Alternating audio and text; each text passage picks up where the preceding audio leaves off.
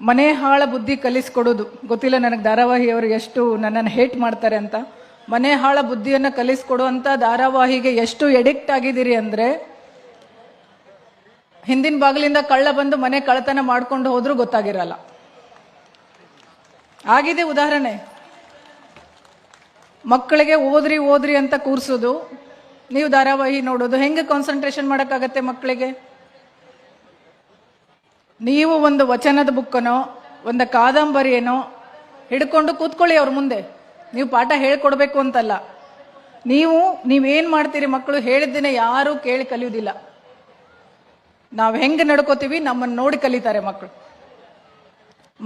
ಈ ಸಮಾಜದಲ್ಲಿ ಏನು ನಮ್ಮ ಮಠಗಳು ಹೇಗೆ ನಡ್ಕೋತವೆ ಅನ್ನೋದನ್ನು ನಾವೆಲ್ಲ ಹೆಂಗೆ ನೋಡಿ ಕಲಿತೀವಿ, ಅವರ ಆಧ್ಯಾತ್ಮಿಕತೆಯನ್ನು ನಾವು ಹೆಂಗೆ ಕಲ್ಕೋತೀವಿ, ಹಾಗೇನೆ ಮಕ್ಕಳು ಮನೆಯಲ್ಲಿ ನಮ್ಮನ್ನು ನೋಡಿ ಕಲಿತಾರೆ.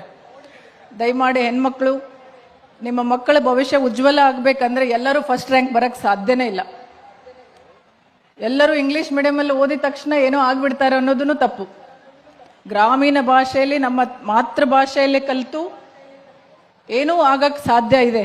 ಹಳ್ಳಿನಲ್ಲೇ ಕಾನ್ವೆಂಟ್ ಸ್ಕೂಲಲ್ಲಿ, ಡಿಸ್ಟ್ರಿಕ್ಟ್ ಇಂಥ ಪ್ಲೇಸಲ್ಲಿ ಓದಿದವರು ಮಾತ್ರ ಮುಂದೆ ಬರ್ತಾರೆ ಅಂತಲ್ಲ. ಕನ್ನಡ ಮೀಡಿಯಂದಲ್ಲೇ ಮಾಡ್ಬೋದು.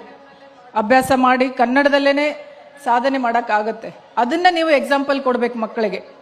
ಕಂಪೇರ್ ಮಾಡಬೇಡಿ ಯಾವತ್ತು, ಅವನಷ್ಟು ಮಾರ್ಕ್ಸ್ ತೊಗೊಂಡೆ ನೀನು ಯಾಕೆ ತೊಗೊಂಡಿಲ್ಲ ಅಂತ. ನಾನು ರೀಸೆಂಟಾಗಿ ನನ್ನ ಮಕ್ಕಳ ಸ್ಕೂಲಿಗೆ ಪೇರೆಂಟ್ಸ್ ಮೀಟಿಂಗ್ ಹೋಗಿದ್ದೆ. ಯೂಶ್ವಲಿ ಹೋಗೋದಿಲ್ಲ ನಾನು, ಬಟ್ ನನ್ನ ಮಗಳು ಈ ಸಲ ನೀನು ಬರಲೇಬೇಕು ಅಂತ. ಸೊ ನಾನು ಆಫೀಸ್ ಅವರ್ಸ್ ಸ್ವಲ್ಪ ಟೈಮ್ ಮಾಡ್ಕೊಂಡು ಹೋಗಿದ್ದೆ. ಅಲ್ಲಿ ಪೇರೆಂಟ್ಸು ಟೀಚರ್ಸಿಗೆ ಕೇಳುವಂಥ ಪ್ರಶ್ನೆಗಳನ್ನು ಕೇಳಿ ನನಗೆ ನಿಜವಾಗ್ಲೂ ಭಯ ಆಗ್ಬಿಡ್ತು. ಏನು ಎಕ್ಸ್ಪೆಕ್ಟ್ ಮಾಡ್ತಾ ಇದ್ದೀವಿ? ತಾಯಂದ್ರೆ ಜಾಸ್ತಿ ಇರೋದಕ್ಕೆ ನಾನು ಹೇಳ್ತಾ ಇದ್ದೀನಿ. ಏನು ಎಕ್ಸ್ಪೆಕ್ಟ್ ಮಾಡ್ತಾ ಇದ್ದೀವಿ ಮಕ್ಕಳ ಕಡೆಯಿಂದ ನಾವು? ಬರೀ ರ್ಯಾಂಕಾ ಅಥವಾ ಸಂಸ್ಕಾರನ? ಕಲೀಲಿ ಮಕ್ಕಳು. ಎಲ್ಲರೂ ಒಂದೇ ಥರ ಇರಲ್ಲ. ಹುಟ್ಟುತ್ತಾ ಯಾವುದು ದಡ್ಡನೂ ಅಲ್ಲ, ಬುದ್ಧಿವಂತನೂ ಅಲ್ಲ. ದಯಮಾಡಿ ಮಕ್ಕಳಿಗೆ ಮೊದಲು ಸಂಸ್ಕಾರ ಕಲಿಸ್ಕೊಡಿ. ಅವ್ರು ಏನೇ ಓದಿದ್ರು ಏನು ಕೊನೆಗೆ ಬಂದು ಅವ್ರು ಸಮಾಜದಲ್ಲಿ ಬದುಕೋದು ಹೆಂಗೆ ಅನ್ನೋದು ಕಲಿಸ್ಕೊಡಿ ಹೊರತು ಬೇರೆ ಥರ ಕಂಪೇರ್ ಮಾಡಿಬಿಟ್ಟು ಅವ್ರಿಗಿಷ್ಟ ಇಲ್ಲದೆ ಇರೋದಕ್ಕೆ ದೂಡೋದು ಬೇಡ. ಹಾಗಾಗಿ ಇತ್ತೀಚೆಗೆ ಆತ್ಮಹತ್ಯೆಗಳು, ನೆಗೆಟಿವ್ ಥಾಟ್ಸ್ಗಳು, ಬೇರೆ ಬೇರೆ ಸಾಮಾಜಿಕ ಜಾಲತಾಣದಲ್ಲಿ ಇಲ್ಲದೆ ಇರುವಂಥ ಕೆಟ್ಟ ಬುದ್ಧಿ ಬೆಳೀತಾ ಇರೋದು ಇದೇ ಕಾರಣಕ್ಕೆ.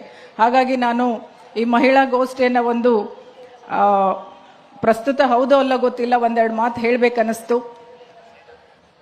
ಹೆಣ್ಮಕ್ಳಿಗೆ ನಂಗೆ ಅಜ್ಜರು ಹೇಳಿದರು, ಸ್ವಲ್ಪ ಹೇಳಿಬಿಡಿ ಅವರ ಆಭರಣಗಳ ಬಗ್ಗೆ ಸ್ವಲ್ಪ ಇದಿರಲಿ ಅಂತ.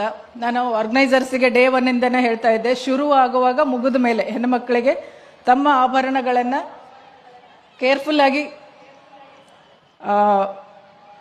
ಏನು ಹೇಳ್ತೀರಿ, ನಮ್ಮ ಸೇಫ್ಟಿಯಲ್ಲಿ ನಾವು ಹೋಗಬೇಕು.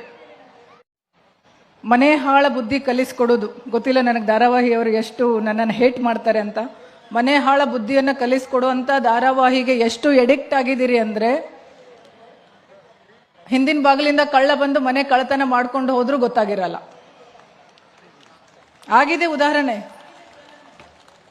ಮಕ್ಕಳಿಗೆ ಓದ್ರಿ ಅಂತ ಕೂರಿಸೋದು, ನೀವು ಧಾರಾವಾಹಿ ನೋಡೋದು, ಹೆಂಗೆ ಕಾನ್ಸಂಟ್ರೇಷನ್ ಮಾಡೋಕ್ಕಾಗತ್ತೆ ಮಕ್ಕಳಿಗೆ? ನೀವು ಒಂದು ವಚನದ ಬುಕ್ಕನೋ ಒಂದು ಕಾದಂಬರಿಯೇನೋ ಹಿಡ್ಕೊಂಡು ಕೂತ್ಕೊಳ್ಳಿ ಅವ್ರ ಮುಂದೆ. ನೀವು ಪಾಠ ಹೇಳ್ಕೊಡ್ಬೇಕು ಅಂತಲ್ಲ. ನೀವೇನು ಮಾಡ್ತೀರಿ? ಮಕ್ಕಳು ಹೇಳಿದ್ದನ್ನೇ ಯಾರೂ ಕೇಳಿ ಕಲಿಯೋದಿಲ್ಲ. ನಾವು ಹೆಂಗೆ ನಡ್ಕೋತೀವಿ ನಮ್ಮನ್ನು ನೋಡಿ ಕಲಿತಾರೆ ಮಕ್ಕಳು.